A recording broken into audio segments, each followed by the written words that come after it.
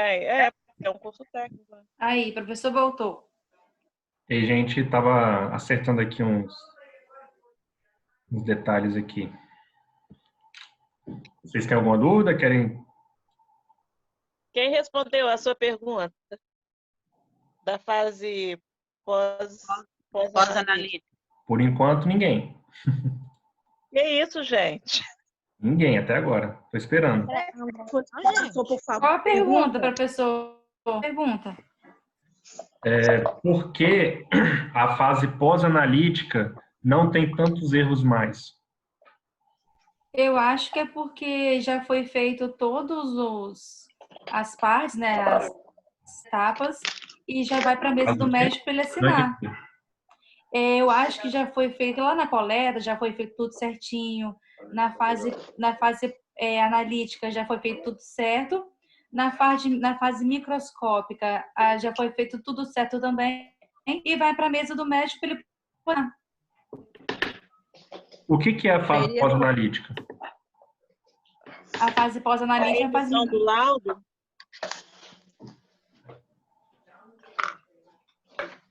A pré-analítica é o quê? Dito, não? Após é feita uma conferência antes da liberação. Oi.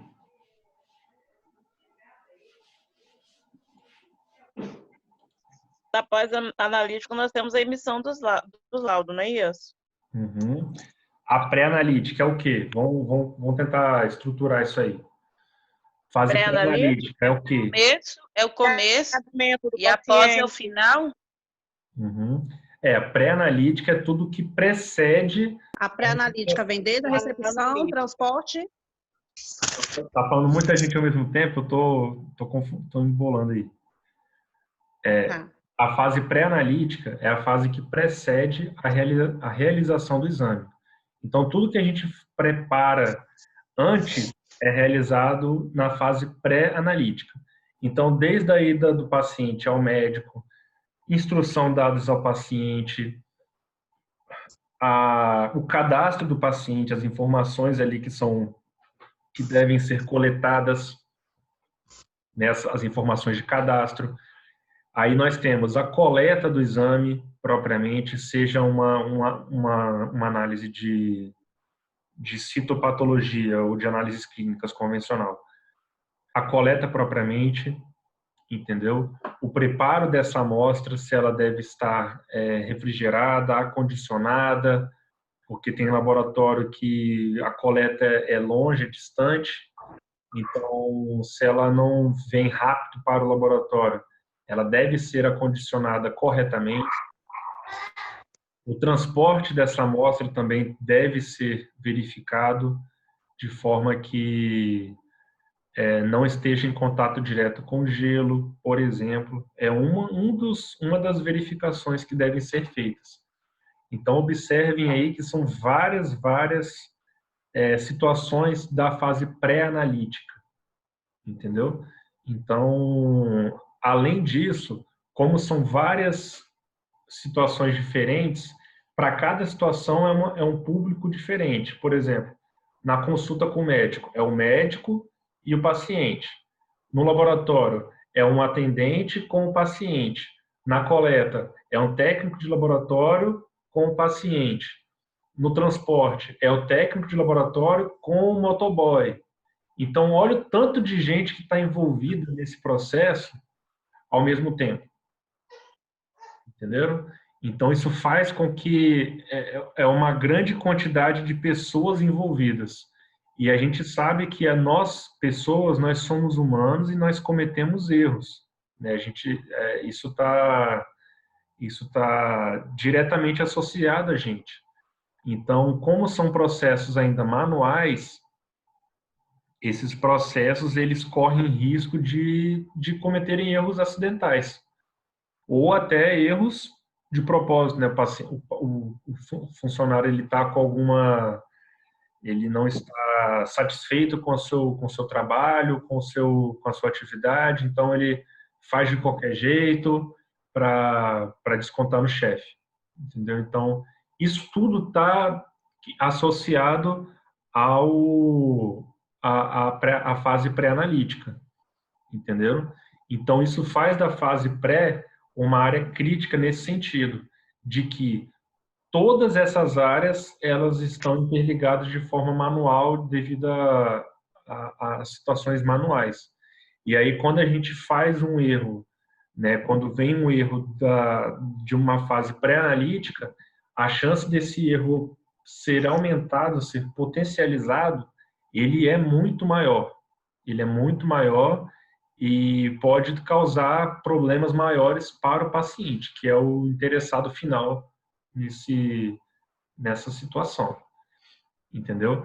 Já nas fases analítica e pós, os erros eles existem, mas são muito menores comparados aos erros a quantidade de erros da fase pré-analítica. Isso por quê?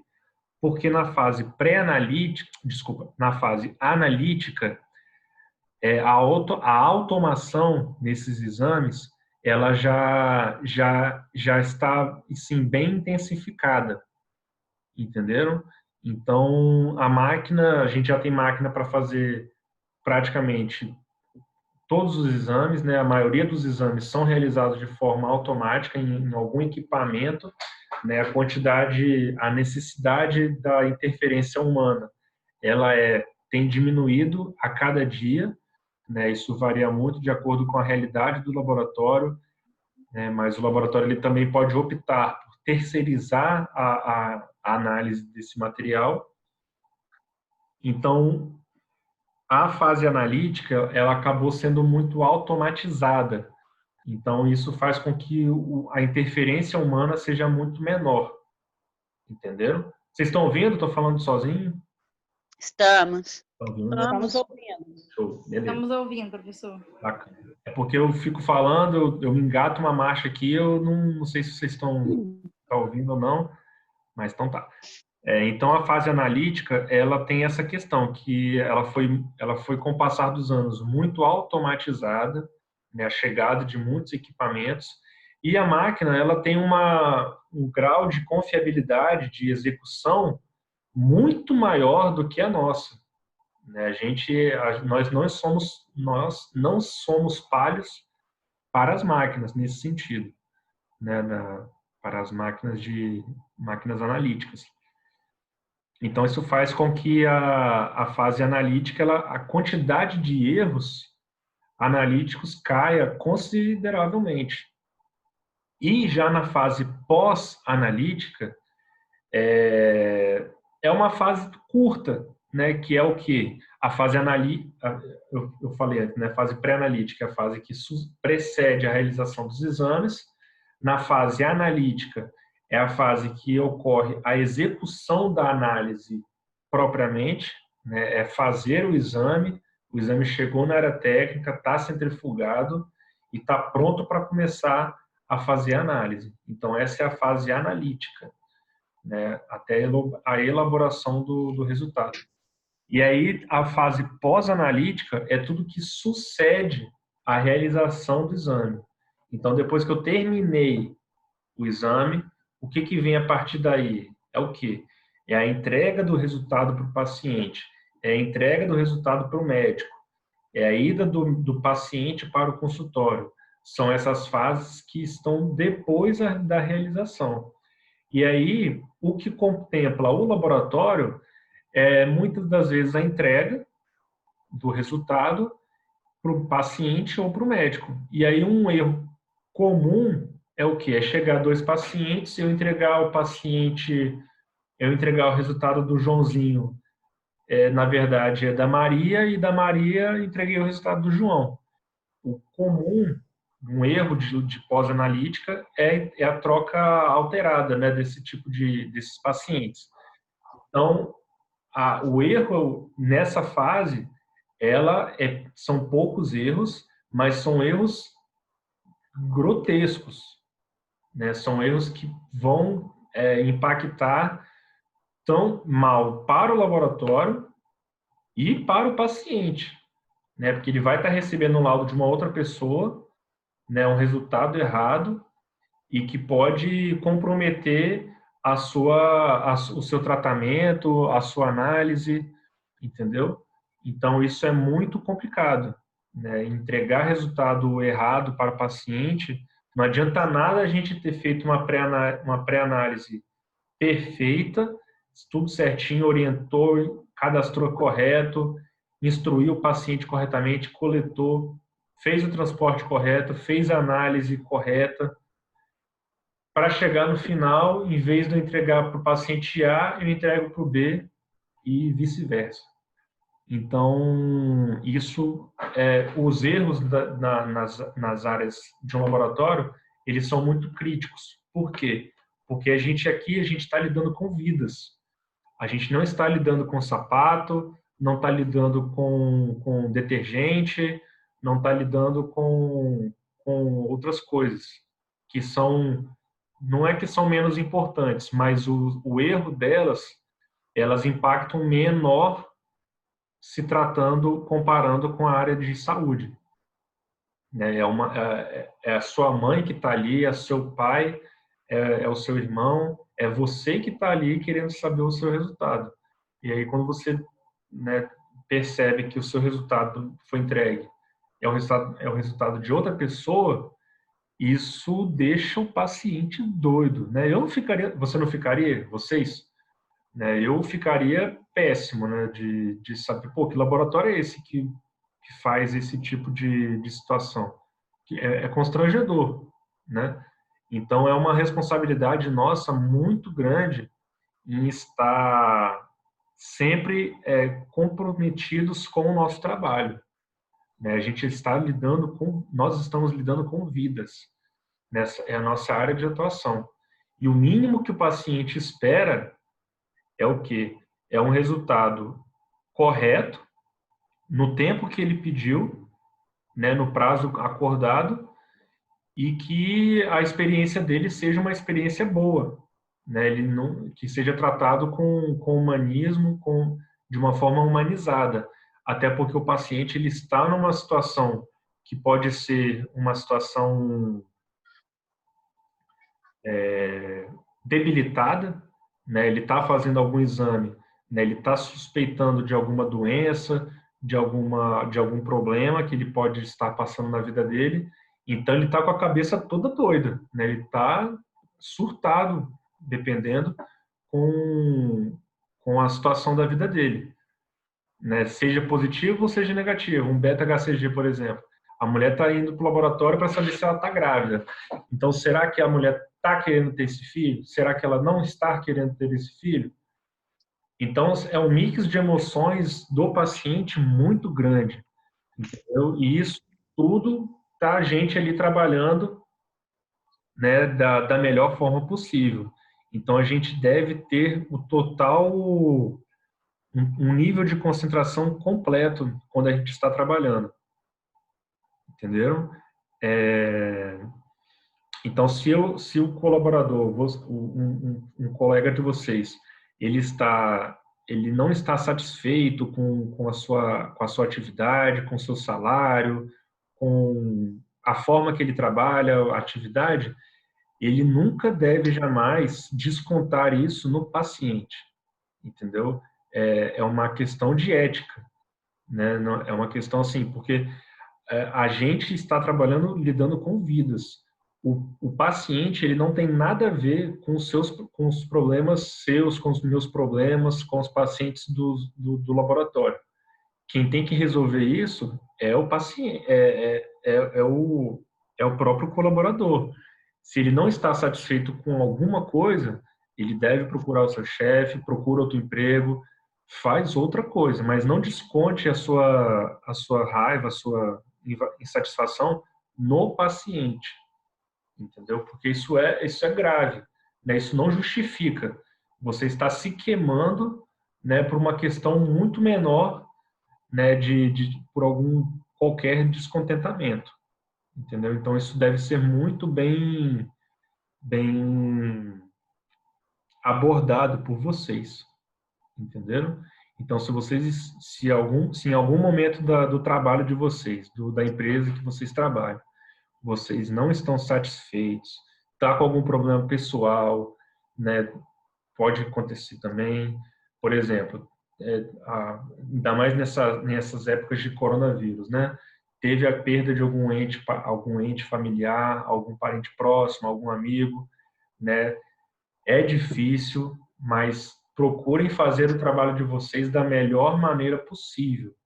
Por quê? Porque no final é o paciente que que está precisando do seu resultado, entenderam? Para um laboratório, né, nessas épocas de coronavírus, as demais doenças também continuam acometendo, as pessoas continuam se tornando diabéticas, continuam se tornando infartando, continuam tendo AVC, continuam tendo acidentes, então elas continuam indo para os hospitais e precisam dos nossos exames, entendeu? Então a gente tem que ter essa total noção do que a gente faz, porque para a gente às vezes pode parecer só fazer um exame, só fazer uma análise, só entregar um hemograma, é só um hemograma.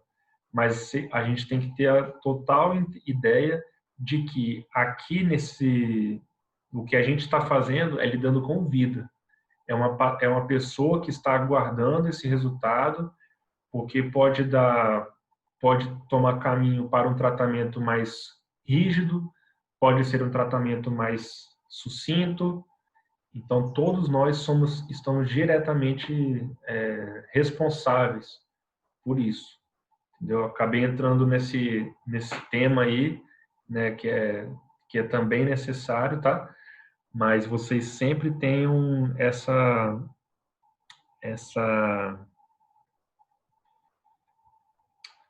noção de senso de responsabilidade, tá bom? Então, eu acabei entrando em outro assunto, desculpem.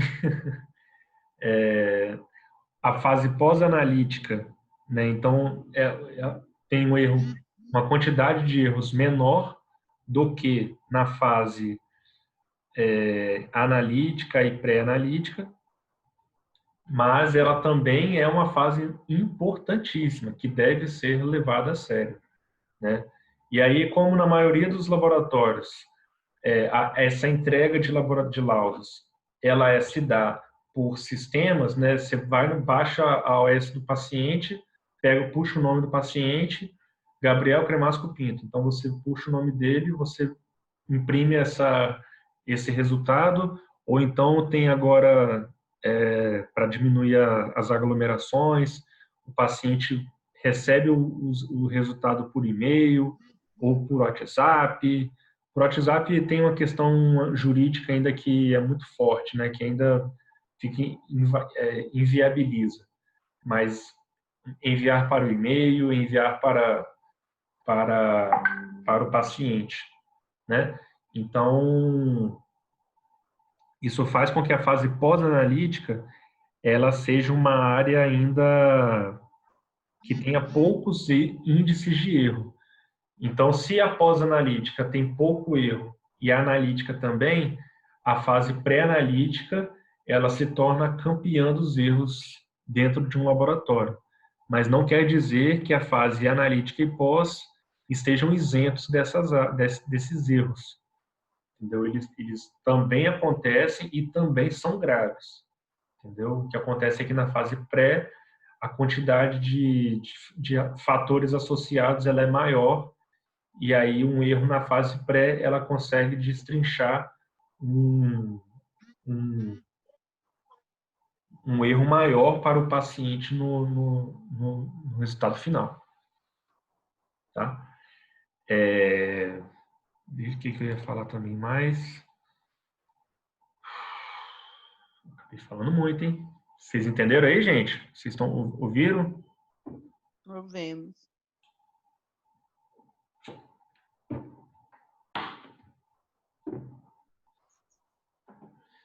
Então, eu ia falar mais alguma coisa, eu esqueci agora.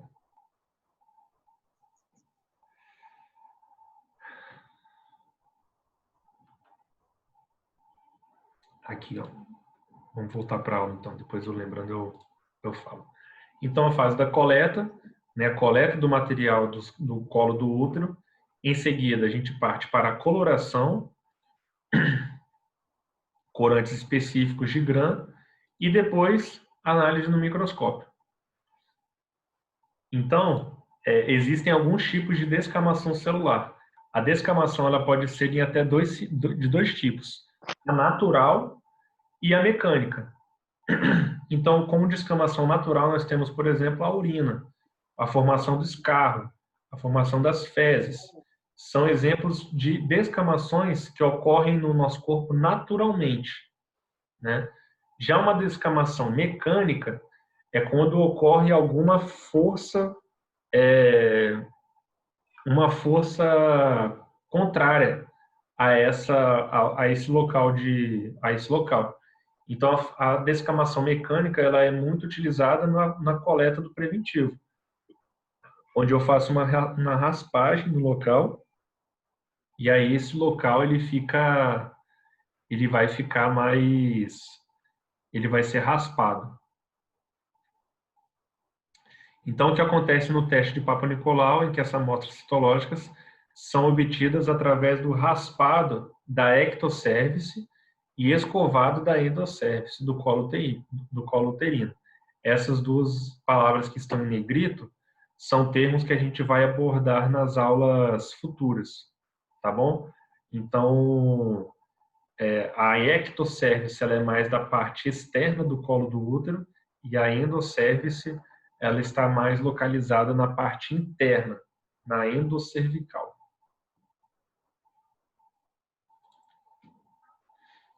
Beleza? Então, aqui, ó, alguns instrumentos para descamação mecânica, né?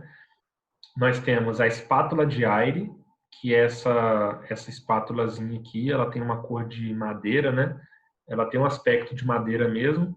E aí, com a espátula de Aire, nós conseguimos fazer a coleta da ectocervice, da região ectocervical, que é a parte mais externa do colo do útero.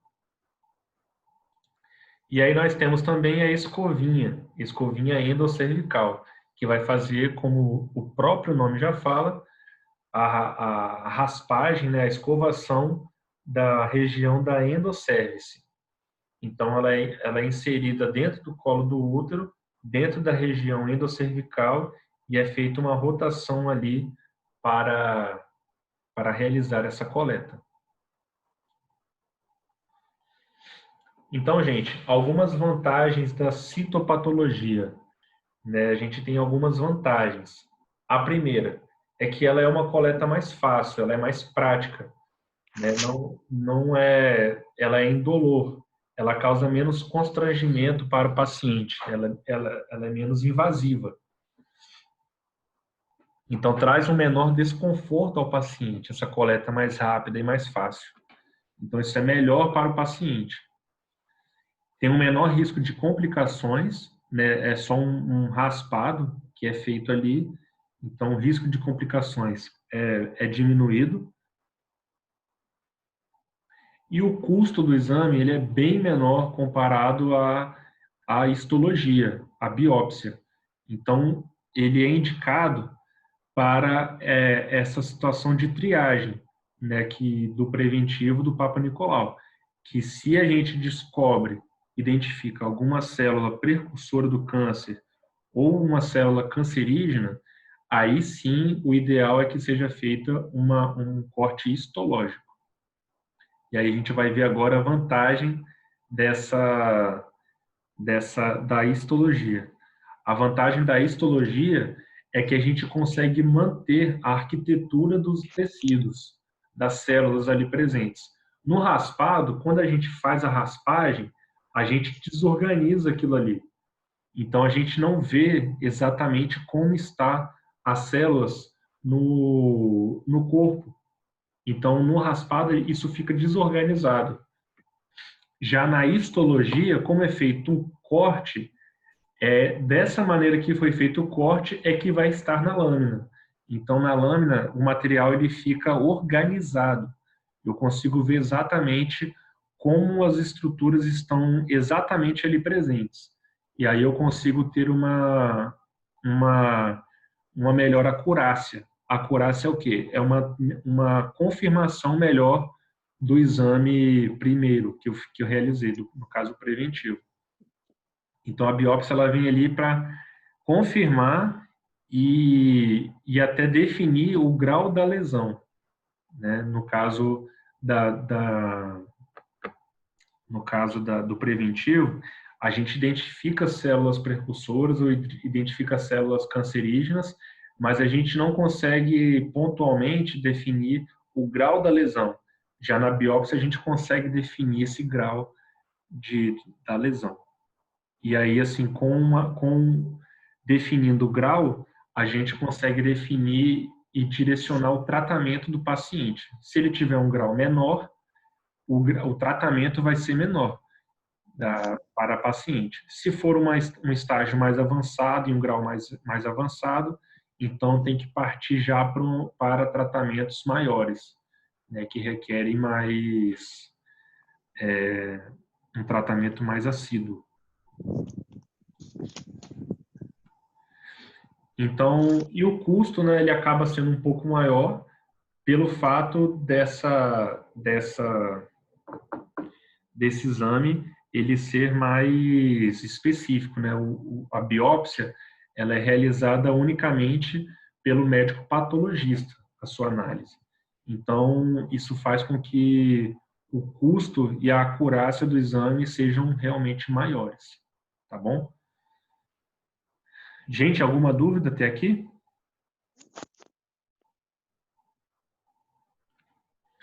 Wanda, Audileia, Eliane, Juliana, Fabíola, Tainá, Dayana, Luciana, Regiane.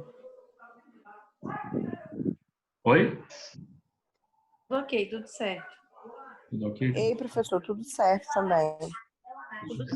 Certo. Certo, Dayana está respondendo no chat. Então, gente, eu vou estar finalizando aqui a aula agora, tá? De vocês.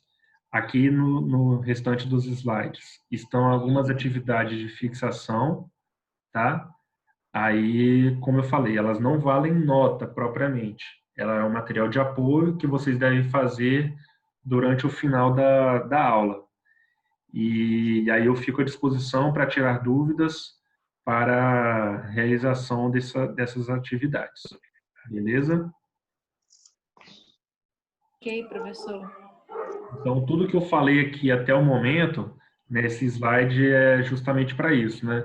É para vocês terem certeza, assim, que é apenas a ponta do iceberg que eu estou falando. Ainda existe muito conteúdo sobre esse assunto, entendeu? Que existe e que vocês podem também se aprofundar mais com o decorrer do curso de vocês. Tá ok? Ok. Então, Obrigada, professor. finalizo aqui a Tá aula, joia. tá bom? E fico à disposição no grupo para tirar dúvidas, tanto dos exercícios quanto da matéria. Tá ok? Professor, Tá bom, esse professor. seu e-mail já está lá no grupo? Tá no slide de informações institucionais. Tá onde? Tá no primeiro slide que eu mandei para vocês. Ah, já está lá tudo no grupo, né? Tá no grupo. Tá. Tá bom? Tá bom, então. Eu ia fazer a mesma pergunta. Não, tá. Eu escrevo ali para vocês também, mas já tá lá à disposição. Beleza? Tá bom, professor, Beleza. muito obrigada. E melhoras para você, para sua esposa, que tudo dê certo para Obrigada vocês e pela vai aula. dar em nome de Jesus. Obrigado, gente. Eu tô bem, Isso, professor. estamos muito leves mesmo. Tô tendo condição tranquila de dar aula, mas é isso aí. Um abraço.